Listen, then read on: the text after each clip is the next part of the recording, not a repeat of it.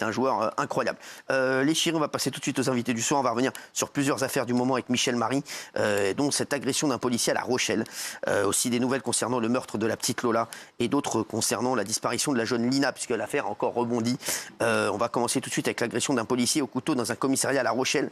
Michel Marie va nous en dire plus. Et on va aussi être avec Christophe, qui était présent lors de l'attaque et qui s'est interposé pour sauver le policier. Incroyable Christophe, un héros, sera avec nous dans un instant. Regardez, petit récap. Le policier a été agressé à l'arme blanche. Ça s'est passé mardi dernier, Chana. Un individu lui a asséné un coup de couteau qui a tailladé le verre de ses lunettes. Le policier a été plaqué au sol avant de demander de l'aide. 7 agents et un civil sont venus à son secours et ont maîtrisé l'agresseur avec un taser. Alors merci Michel Marie d'être avec nous et je voudrais vraiment qu'on applaudisse très fort Christophe avec nous. Merci Christophe. Merci Christophe. Merci beaucoup et bravo Christophe, on va raconter ce que vous avez fait dans un instant. Alors juste Michel Marie, est-ce que vous pouvez raconter à nos téléspectateurs ce qui s'est passé? C'était mardi dernier au commissariat de La Rochelle.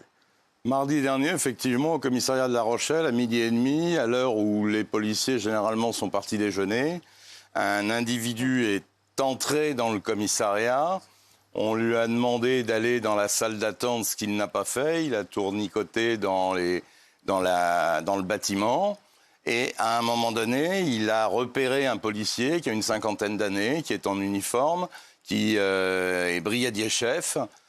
Il est rentré dans son bureau, il a sorti un couteau et il a commencé à l'agresser, à le planter. Bon, le policier a réussi à se défendre, mais il était quand même plaqué au sol avec ce fou furieux qui essayait de le planter au sein même du commissariat. Et ça a fait du bruit et donc d'autres policiers sont intervenus pour lui prêter main forte et également Christophe qu'on a applaudi il y a un instant qui lui était juste devant, assisté à la scène et il le racontera certainement mieux que moi parce que je n'y étais pas. Bien sûr. Alors justement Christophe, merci d'être avec nous, vous êtes interposé pour sauver le policier. Vous étiez où au moment des faits en fait? Alors moi j'étais dans le salon d'attente. Ah oui. J'attendais, j'allais déposer plainte. Non mais c'est fou, vous allez déposer plainte au commissariat, c'est vous qui vous retrouvez à essayer de sauver un policier. Non mais c'est incroyable. Donc vous avez déposé plainte, pourquoi vous aviez eu quoi? Pour des raisons personnelles, mais voilà, j'ai déposé plainte, j'étais à l'accueil, donc ils m'ont demandé de m'asseoir à un banc, donc j'attendais tranquillement, ça faisait 5 minutes que j'étais là. Ouais. Et là un individu est rentré un peu hagard, il a regardé un peu droite à gauche, la personne de l'accueil demandait d'aller vers lui, de venir au comptoir. Voilà, je venais voir quelqu'un, donc patientez, mettez-vous aux salles d'attente. Donc il a patienté, et à ce moment-là, un policier arrivait de sa pause déjeuner, il est arrivé dans son bureau, et il l'a suivi en fait. Juste derrière, moi j'étais ici, en fait le bureau était juste derrière, à 5 mètres. Quoi. Et j'ai entendu un gros boom, donc comme quelqu'un qui est tombé, et puis comme quelqu'un qui se battait en fait. Je me suis retourné, et le policier a dit à l'aide. Et quand je suis arrivé dans le bureau, ils étaient tous les deux au sol, le couteau vers le policier, avec le bras tendu avec le policier qui lui tenait la main. Donc moi, la seule chose que j'ai pu faire, c'est aider le policier qui était au sol, monter sur la personne pour le maintenir, tenir son bras, et puis patienter comme ça, parce qu'il était vraiment déterminé, et puis le couteau vraiment aller vers lui, quoi. Donc à ce moment-là... Il n'y a pas de policiers qui sont arrivés Ah si, ils sont arrivés, alors, 1 minute après, je ne peux pas vous dire, le temps était tellement long, mais c'était... Ouais.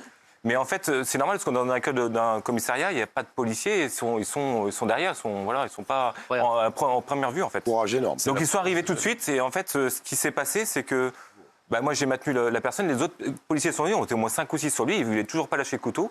Et là, à ce moment-là, il y a une policière, je crois, qui arrive avec un taser, l'a tasé sur le bras, et c'est à ce moment-là qu'il a lâché le couteau.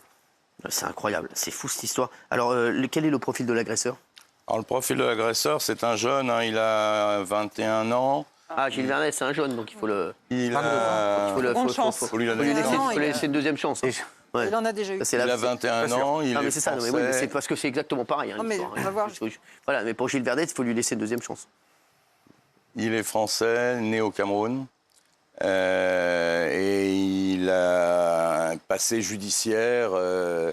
À l'époque où il était mineur, il y a au moins 3 condamnations pour des vols violences, usage de stupéfiants. Donc il a commencé sa carrière de délinquant relativement jeune. Il vit chez sa mère, il est plus ou moins en colocation dans l'appartement de sa mère parce que sa mère est partie à l'étranger. Il ne fait pas grand-chose de ses journées. Et puis, il ne s'est pas expliqué. Il a gardé le silence pendant sa garde à vue.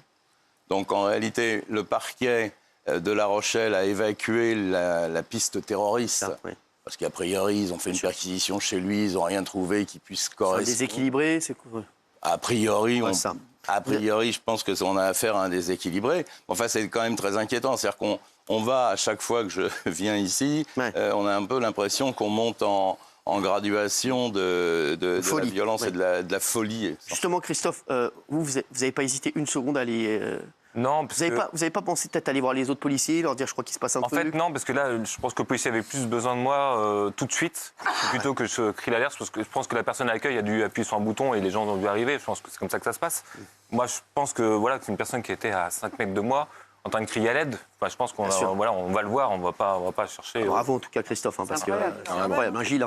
Il a vraiment sauvé la vie du policier parce que le procureur n'a même pas parlé de violence, il a parlé de tentative de meurtre. Ah oui, parce que comme vous le soulignez, malgré votre intervention et celle des collègues, l'homme voulait continuer à frapper. Donc il aurait tué le policier. Il a sauvé la vie du policier. Hein. Donc c'est vraiment un héros. C'est un héros qui doit être reconnu comme tel. Bravo. Voilà, on va voir. Bah, vous nous tiendrez au courant du verdict, de ce qui s'est passé pour ce jeune homme qu'on va certainement retrouver dans les rues de La Rochelle milieu de semaine prochaine.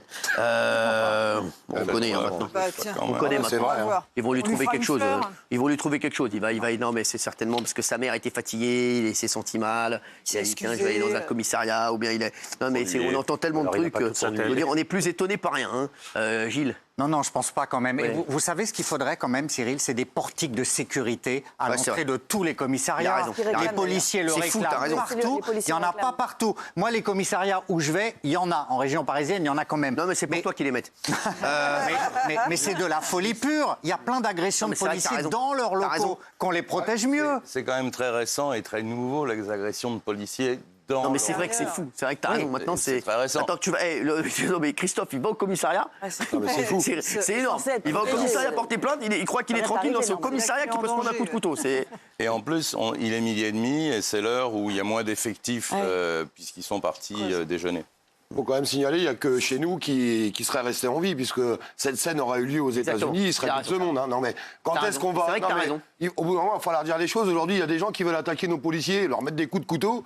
Il va falloir utiliser autre chose que des tasers. Au bout d'un moment. Moi, je suis complètement d'accord avec lui. Je sais que Gilles Verdès ne doit pas être d'accord, mais ce mec-là aux États-Unis, c'est vrai qu'il est plus là. C'est fini en 2 secondes. C'est terminé. Il attaque un policier avec un couteau. Il veut tuer un policier en plus. Non, mais voilà. Il allait vraiment serment pour. La loi le permet.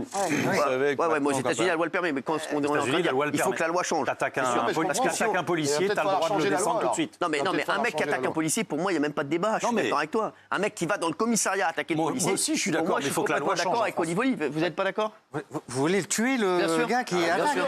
Il voulait tuer un policier. Mais on est tous d'accord ici. On tue quelqu'un qui voulait tuer. Mais ça s'appelle la peine de mort immédiate, sans jugement, ça. Alors, si vous le tuez... Si le monsieur n'intervient pas, ça s'appelle la légitime défense. C'est la légitime défense. Christophe, sans le tuer, a pu le sauver. Mais c'est un héros absolu. Ce mec-là qui veut tuer un policier pour rien, je peux le voir aussi. Terminé. Excuse-moi, il a risqué sa vie et il aurait pu être un héros mort parce qu'il y a quand même. Non, parce qu'en fait, le bureau était très exigu. C'était un petit bureau. On était 6 personnes dessus. Je ne pense pas que l'usage d'une arme à feu à ce moment-là était opportun. Vous voyez ? Je pense qu'honnêtement, le taser était pour moi la meilleure solution. Oui, c'est sûr. Non, mais ils n'auraient pas pu le faire. De toute façon, ils peuvent pas. Je vais vous dire, ils auraient tiré sur le gars. C'était police de police et un truc. Et on serait venu ici. Tu aurais eu des gens qui seraient venus ici. Tu aurais eu des associations dans la rue. C'est inadmissible. La police tue. Tu aurais eu Jean-Luc Mélenchon qui aurait dit non, mais c'est inadmissible. Ils ont tué un gars qui voulait tuer un policier. On aurait très bien pu pas être sur. Moi, ce que je vais expliquer aux gens qui nous regardent, c'est que peut-être que tu n'aurais pas été sur ce plateau ce soir. Tu aurais pu être dans l'écran disant que en voulant sauver un policier, tu serais mort aujourd'hui.